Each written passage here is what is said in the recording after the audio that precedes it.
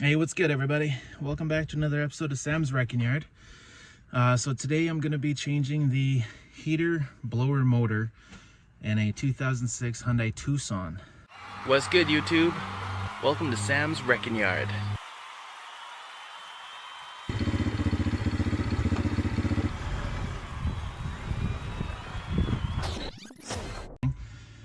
So this is the reason why.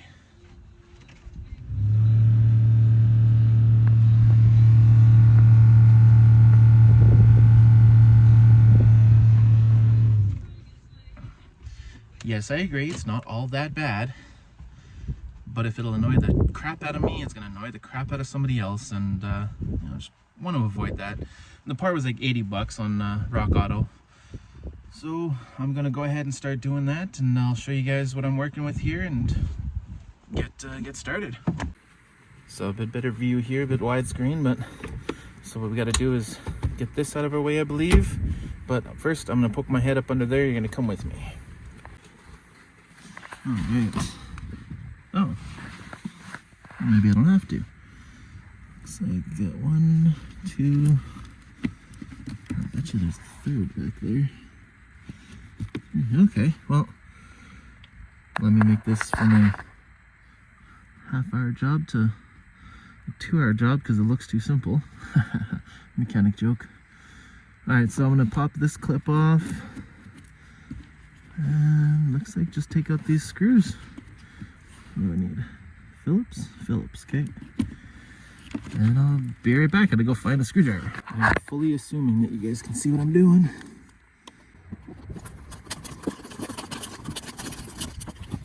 Oh. My feet are quite at the top of the vehicle, unless I really want to do that. See, these are the moments when I wish my daughter showed more interest in mechanicking, because then she could do this. I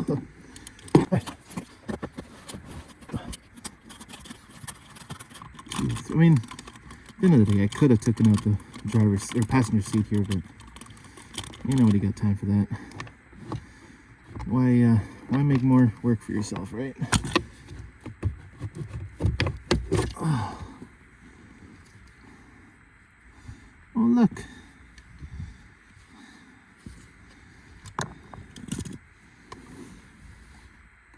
It's a baby mouse. Bet there's nothing wrong with this damn thing. I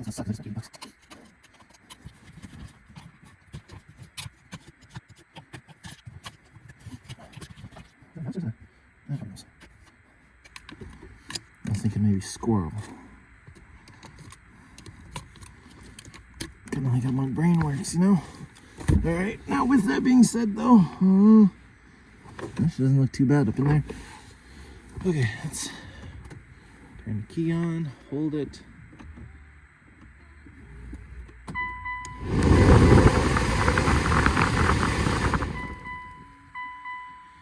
Oh, I hate myself so much right now. Thing's fine, just dirty. Oh well.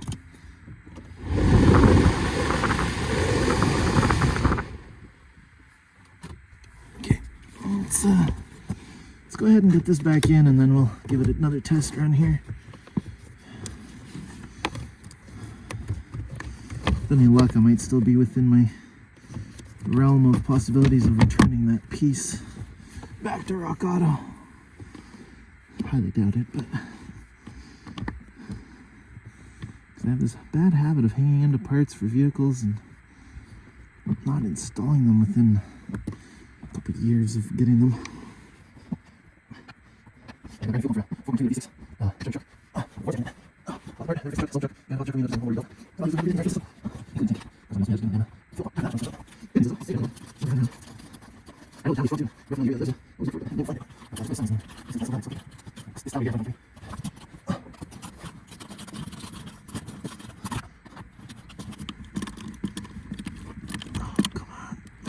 Okay.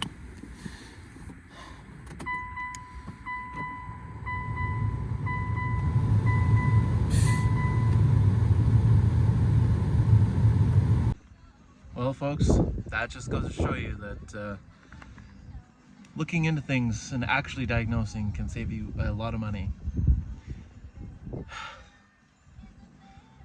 Oh well, I still got parts to buy for this vehicle anyway, so it's all good. Hopefully I can do the return. That was a nice short sweet video. A lot of it is just going to be sped up while I unscrew and rescrew the bolts and clean out the creature. And good news is she's ready to rock and roll. So a little quick backstory on this one here. It came to me with that no start, no fuel, no start. So your brain goes, okay, fuel pump. Well, funny fact, under the rear driver's side seat, you take out those two things there, the whole thing folds up out of your way, and underneath there is your fuel pump. And it's just a fuel door, which is amazing. It's got a few screws on it, pop that off. Of course, it's got the gasket sealer, whatever, pop that all off. And then you have pretty well free access to your fuel pump. Takes, the whole job. If I had to, it would have only taken, maybe an hour with going to the parts store kind of thing. So me and my buddy, we pull that apart, do that, check it, do a few cranking, do the, make sure that there's actually no fuel up at the fuel rails. Unfortunately, there's not. Now, that's another funny story on these Hyundais. 2006 Hyundai Tucson with a 2.7 liter V6. There's no actual fuel rail, like, button thing you can push to, like, squirt out and be go, there's pressure. It's actually another special part you gotta buy. So, of course, we didn't do that. Too much money. And so what our thing was, get to the fuel pump, and then my friend hooked up a battery directly to the fuel pump. Of course, all good there. So that concludes our night there. And then I jump under the forums, Hyundai forums, going through, and I find out that on these generations in particular of Hyundai Tucsons, and maybe others, Santa Fe, maybe Elantra and whatever, there's actually an issue with the under the hood relays located in the fuse box underneath the hood, where the one relay will actually corrode to the point where it breaks off, giving you the no start, no fuel issue. And so did my due diligence, went in, pulled that all apart. Not an easy task, not as hard as it sounds, but not an easy task.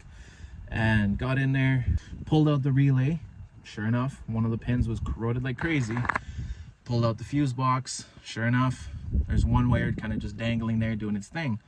Put them together, life goes on hunky-dory. So what I did is, instead of fixing through the fuse box itself, the bottom, I actually just did a jumper over top from that relay, or from the original wire up and over the box, down, wrapped it around, and pinned it to the relay itself that it needed to be on, the post. So got fuel back. Now there was just a little critter in there, and one of the other issues that he had mentioned is it might need to have lower ball joints. So I guess the next thing I'm going to do is actually inspect that, but honestly I don't think so. I've driven this vehicle quite a few times now, and just doesn't seem like it needs lower ball joints. But they are only 3 volts, probably a couple hours worth of work. We got good weather still where I'm at in this part of the world, so I'm probably gonna at least put it up on jack stands and look at them. If they show any kind of wear and tear, I'll have you guys in the next video for that one. Yeah, Hyundais are actually pretty good vehicles. It's the only one I've ever owned. Probably the only one I'm ever gonna own. But I like working on it so far. Alright, y'all, catch you in the next episode of Sam's Record Yard. More than likely that'll be me doing the